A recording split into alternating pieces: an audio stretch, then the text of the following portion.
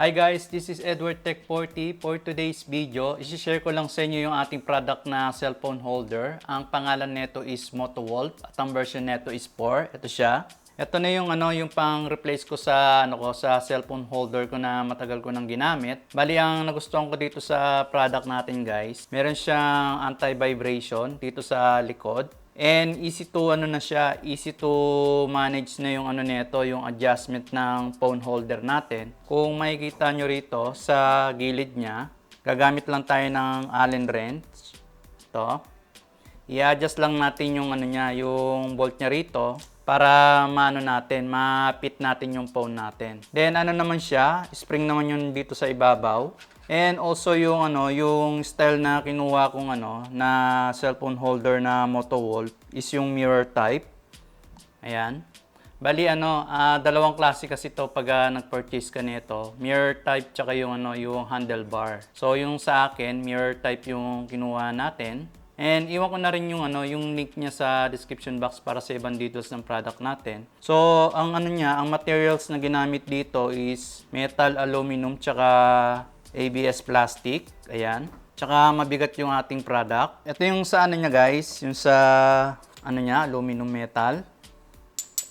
Ayan. Hindi siya plastic na madaling tanggal. So turo ko muna sa inyo kung paano natin ikakabit to. Bali, ang gagawin ko lang is kunin tong dalawang spring, i-insert lang natin dito. Then ipapatong na natin tong isang frame. Ganyan lang siya guys.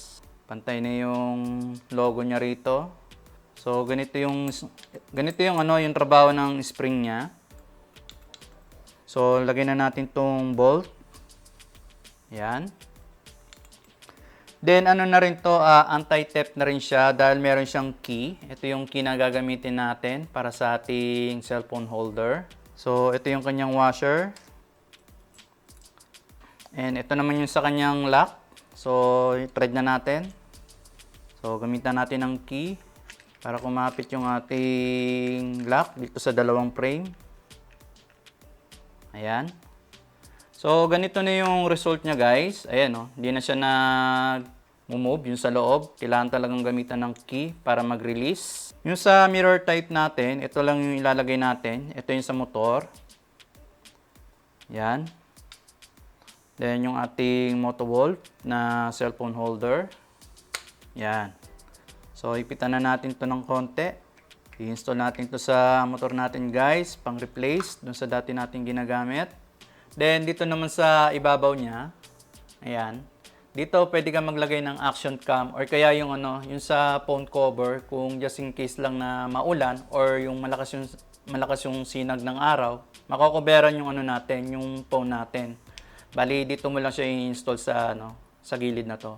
So, lagyan natin yung ating phone. Ayan. Check natin yung fittings niya. So, ito yung sa spring niya sa ibabaw. So, ang adjustment natin dito sa ilalim. So, maluwag pa to. So, lagyan natin yung phone natin. Ayan. So, mag-adjust na ako dito. Basta hindi siya masyadong maigpit. Yung tama lang, yung madaling matanggal. Dito sa gilid. So, wala na siyang sabit dito sa sa gilid. Pwede na natin siyang higpitan ng konti dito sa sa side. Gamit yung ating Allen wrench. So, okay na 'yan. Sa side naman. Then dito naman, na natin 'to. Bali maluwag kasi 'to higpitan na natin.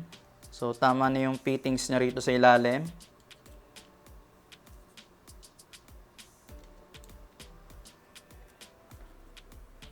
Check muna natin kung madali ko matanggal to. So, ganun lang kadali guys, Yan.